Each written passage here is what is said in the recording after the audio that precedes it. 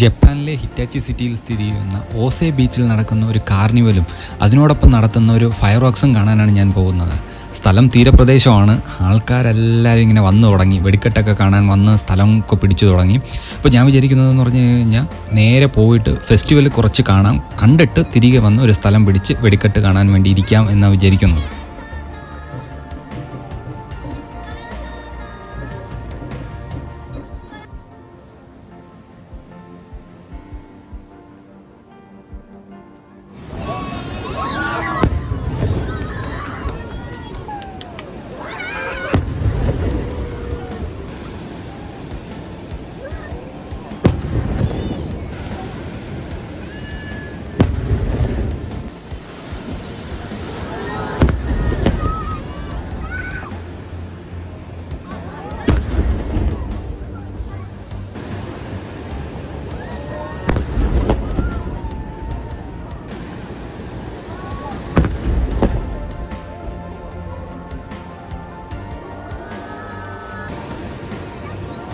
ജപ്പാനിൽ July August മാസങ്ങളിലാണ് ഏറ്റവും കൂടുതൽ ചൂട് അനുഭവപ്പെടുന്നതും അതുപോലെ തന്നെ ഇപ്പോഴത്തെ മെയിൻ സമ്മർ സീസണാണ്. അപ്പോൾ ഇങ്ങനെയുള്ള സമയത്താണ്, അതായത് സമ്മർ ടൈമിലാണ് ഇവിടെ ഇതേപോലെ ഉത്സവവും അതേപോലെ തന്നെ വെടിക്കെട്ടും ഇങ്ങനെയുള്ള കാര്യങ്ങളൊക്കെ അറേഞ്ച്മെൻറ്റ്സ് ചെയ്യുന്നത്. പക്ഷേ ഇപ്രാവശ്യം എന്താണെന്ന് വെച്ച് കഴിഞ്ഞാൽ 1-2 ടൈഫോണിൻ്റെ സ്വാധീനം കാരണം ക്ലൈമറ്റ് അത്ര സുഖമില്ല. അത് കാരണം മൂടിക്കെട്ടിയ ഒരു അന്തരീക്ഷമാണ്. മൂടിക്കെട്ടിയ അന്തരീക്ഷത്തിലാണ് ഈ വെടിക്കെട്ട് നടക്കുന്നത് തന്നെ. അപ്പോൾ അത് കാരണം വീഡിയോ എടുക്കുമ്പോൾ കുറച്ച് ക്ലാരിറ്റി കുറവ് അനുഭവപ്പെടുന്നുണ്ട്. ലെൻസ് ബ്ലർ ആവണുണ്ട്, ഹ്യൂമിഡിറ്റി ഉള്ളതുകൊണ്ട്. അതുമാത്രമല്ല കടലിൻ്റെ അടുത്തുമാണ്, അത് കാരണമാണ്.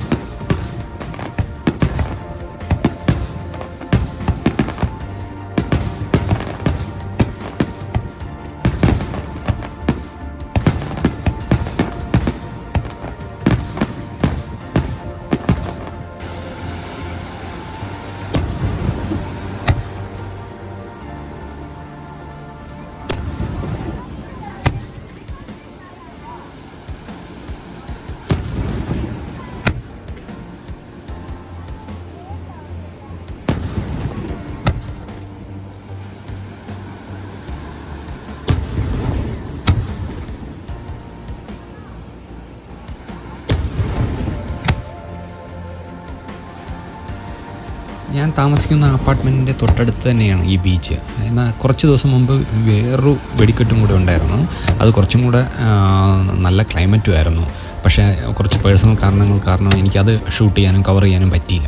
അതുകൊണ്ട് ഇതെങ്കിലും മിസ്സാക്കാതെ കവർ ചെയ്യണമെന്ന് വിചാരിച്ചാണ് അവിടെ ഞാൻ കറക്റ്റ് സമയത്തെത്തിയത്. ഭാഗ്യത്തിന് ആ സമയത്ത് തുടങ്ങിയിട്ടില്ലായിരുന്നു. അപ്പോൾ ഇവിടുത്തെ ഓസൈ ബീച്ചിലുള്ള വെടിക്കെട്ടെല്ലാം വളരെ മനോഹരമായിരുന്നു. പിന്നെ ക്ലൈമറ്റിൻ്റെ ഒരു പ്രോബ്ലം കാരണം അത്ര ക്ലിയർ ഇല്ല, എന്നാലും വലിയ കുഴപ്പമൊന്നുമില്ല. നല്ല ജപ്പാനിലെ വെടിക്കെട്ടും നമ്മളപ്പോൾ കണ്ടു. ഓക്കെ, അപ്പോൾ ഇത് കണ്ടിട്ട് ഇനി തിരിച്ച് നേരെ അപ്പാർട്ട്മെൻറ്റിലോട്ടാണ്. അടുത്ത ഒരു ചെറിയൊരു വീഡിയോ ആയിട്ട് വീണ്ടും കാണാം.